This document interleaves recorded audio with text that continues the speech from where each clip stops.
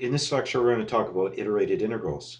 Iterated integrals are used to find such things as volumes under surfaces and probabilities from two-dimensional density functions.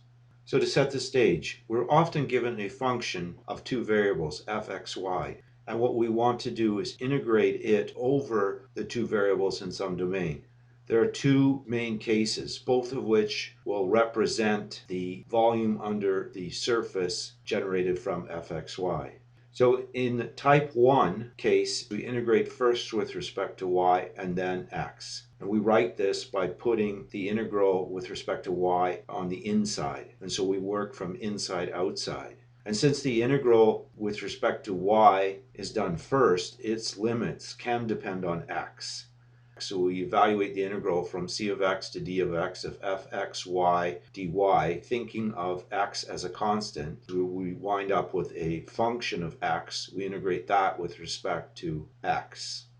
In the type 2 case, we just switch the order of integration. So we integrate with respect to x first, from a of y to b of y of fxy dx, thinking of y as a constant and coming up then with a function, say g of y, and then we would integrate that function g of y from c to d.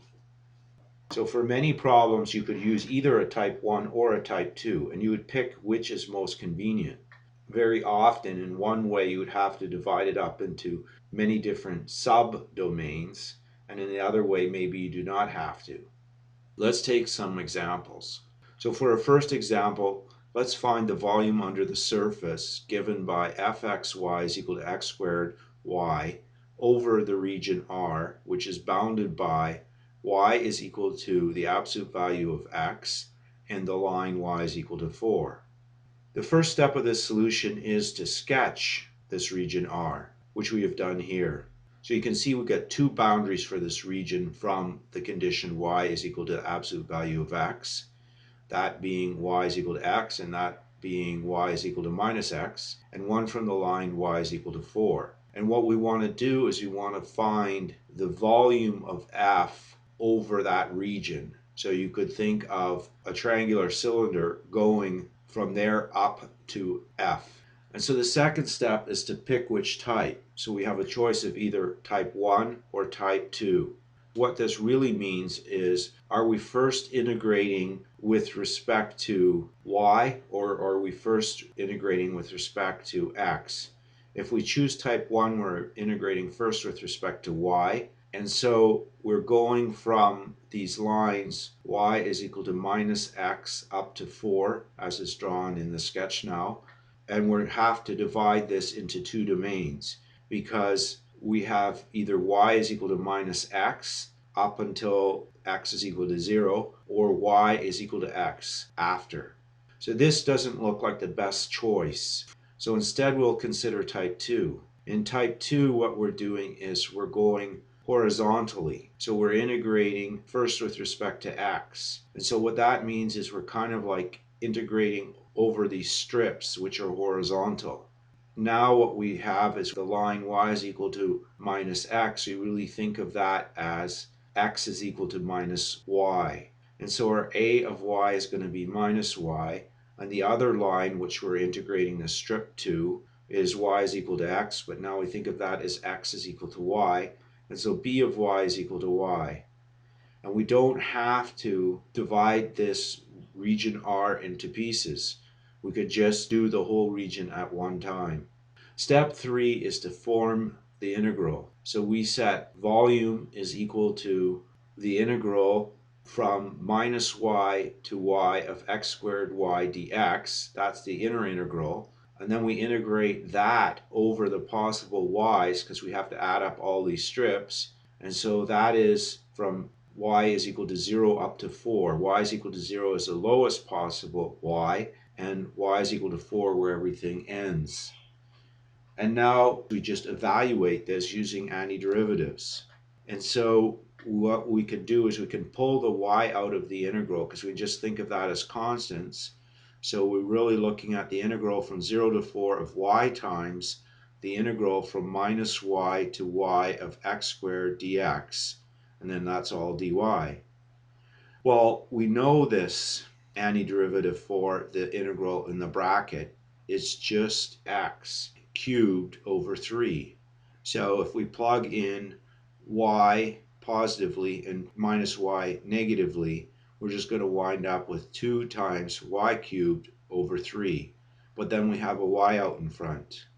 And so if we simplify this, we would be integrating from 0 to 4 of 2/3 times y to the 4th. And of course, that just gives us 2/3 y to the 5th over 5. And we have to evaluate that positively at 4 and negatively at 0. The result is 2048 over 15. Okay, so what if the function is not non-negative? Well, that doesn't matter. Just like in the scalar case, when we're looking at the area under a curve, when the function goes negative, it turns out to be the area above the curve. And so the same thing is going to happen here. We could ask, well, find the integral of the surface fxy, which is equal to x plus y, over the region R, which is bounded by y is equal to minus x squared plus 2 and x is equal to y. We go through the same procedure. So in step 1 we sketch R, which we've done here. Now when we sketch R, we see 2 points of interest, which we've labeled x0, y0, and x1, y1. Now we're going to have to discover what these are to be able to set up our integrals, because somehow or another we're going to have to include them in the limits of integration. So let's solve for them. So to find x0 and y0 as well as x1, y1, we set y is equal to y in the two equations. So in particular in the equation y is equal to minus x squared plus 2, and in the equation y is equal to x. So let's set them equal. So we have minus x squared plus 2 is equal to x. Well, that just simplifies to x squared plus x minus 2 is equal to 0, and we have the solution by the quadratic formula that x is equal to minus 1 plus or minus the square root of 1 plus 8 over 2. But that just gives us minus 2 and 1. So the minus 2 would then correspond to the x0, and the 1 would correspond to the x1.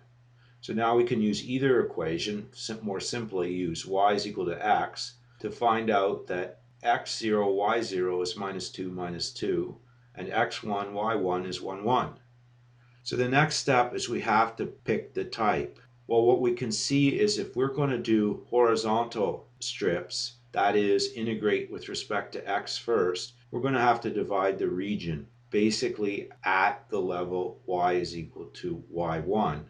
But if we use type 1, that is integrate with respect to y first, then we can always go from this line x is equal to y up until the quadratic, and we can do our strips that way, and then we could add up the strips. So clearly type 1 is better, and so we're looking for a c of x and a d of x. So c of x, that's the lower limit when we're integrating with respect to y. That's just this line. So y is equal to x, so c of x is equal to x. And the upper limit just comes from y is equal to minus x squared plus 2. And so d of x can be just 2 minus x squared. So step 3 is we form the integral.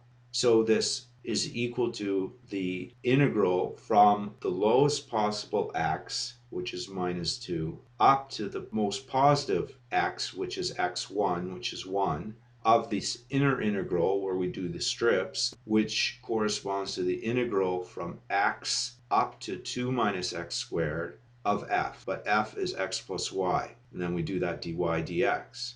And step 4 is to evaluate. So we look at the inner integral first, and so we're integrating from x to 2 minus x squared of x plus y.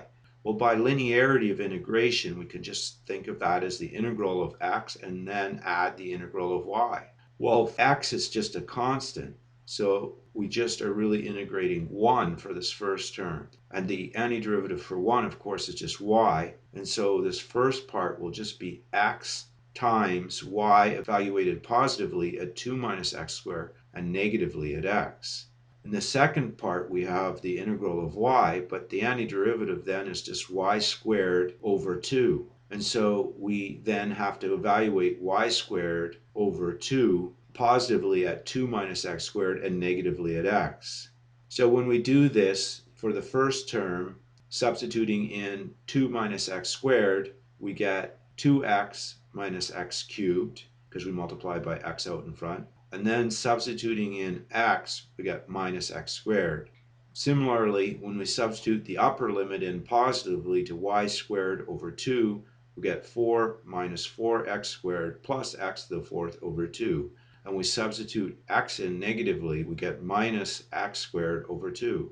Now this simplifies to x to the fourth over 2 minus x cubed minus 7 over 2x squared plus 2x plus 2. And we have to integrate that from minus 2 to 1. But this is just a polynomial, so it has a trivial antiderivative, which is x to the fifth over 10 minus x to the fourth over 4 minus 7/6 x cubed plus x squared plus 2x, which we evaluate positively at 1 and negatively at minus 2. The result is minus 9 over 20. So in summary, we've looked at iterated integrals, and we've explained why we pick to integrate with respect to one variable first or the other variable first. And we've also interpreted these integrals as volumes related to the given surface. And we've also given a procedure under which you can systematically solve these. Thank you.